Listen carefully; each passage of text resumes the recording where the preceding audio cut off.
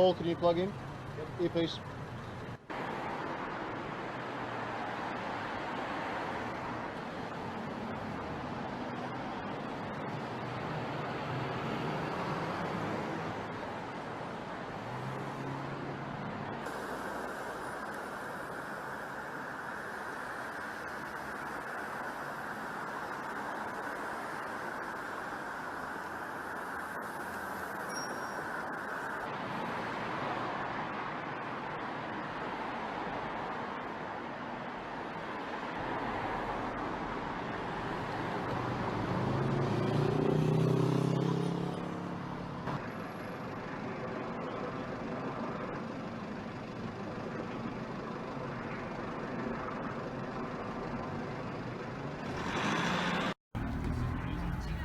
Currently being sent away by police.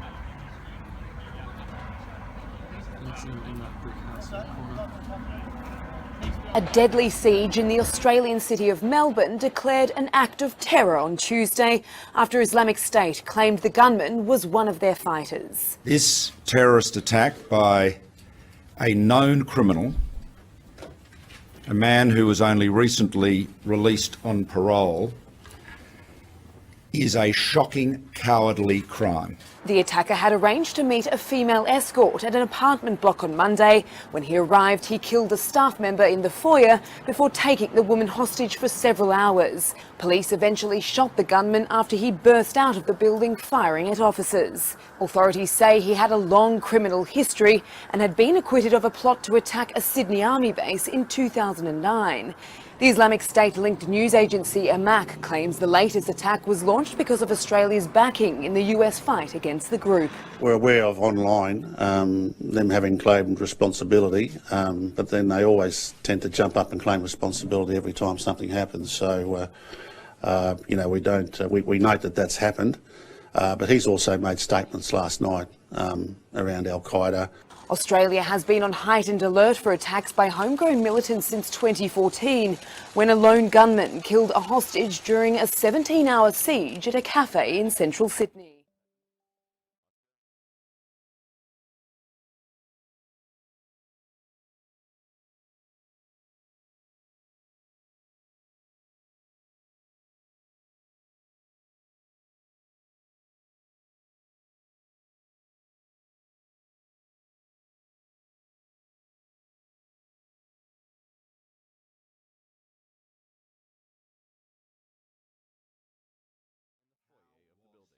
Man on parole. He had a long record of violence, a very long record of violence. He had been charged with a terrorist offence some years ago and had been acquitted.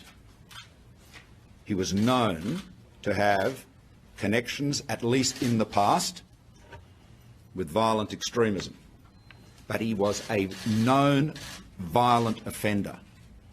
How was he on parole?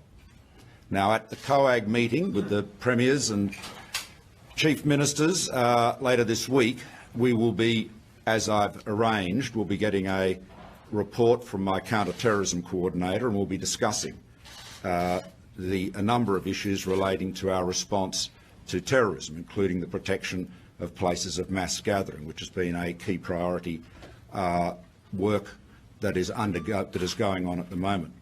But this issue of parole has to be addressed. There have been too many cases of people on parole committing violent offences of this kind. Now, I have raised these important issues of counter-terrorism issues with premiers before.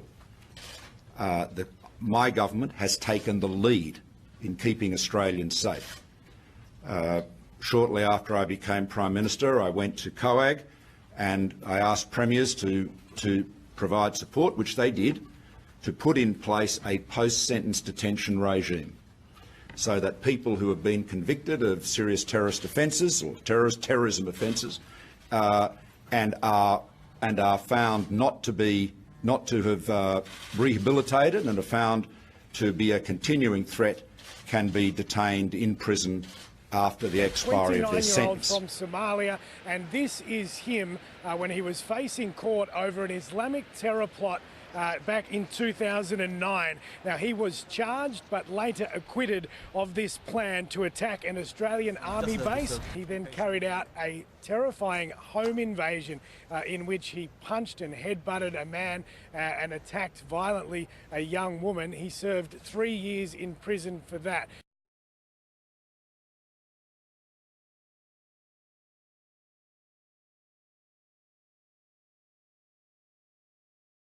Now, the Prime Minister said today he has all confidence in the police. I don't.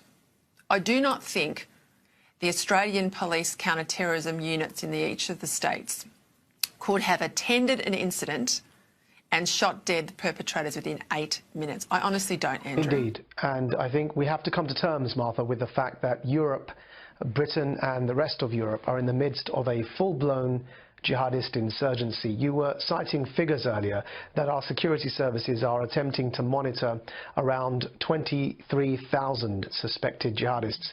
That, by the way, is out of a population in the UK of just 5% that are Muslim, which means that 23,000 from 4 million Muslims in this country, and around those 23,000, that's those who are jihadists, around them will be those who sympathize with the ideology, Islamists, who believe in establishing a caliphate, and around them those who empathize with their friends who happen to be Islamists.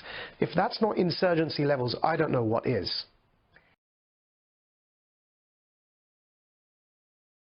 Santa Anita Racetrack, for example, suddenly became a community of about 17,000 persons. The Army provided housing and plenty of healthful, nourishing food for all.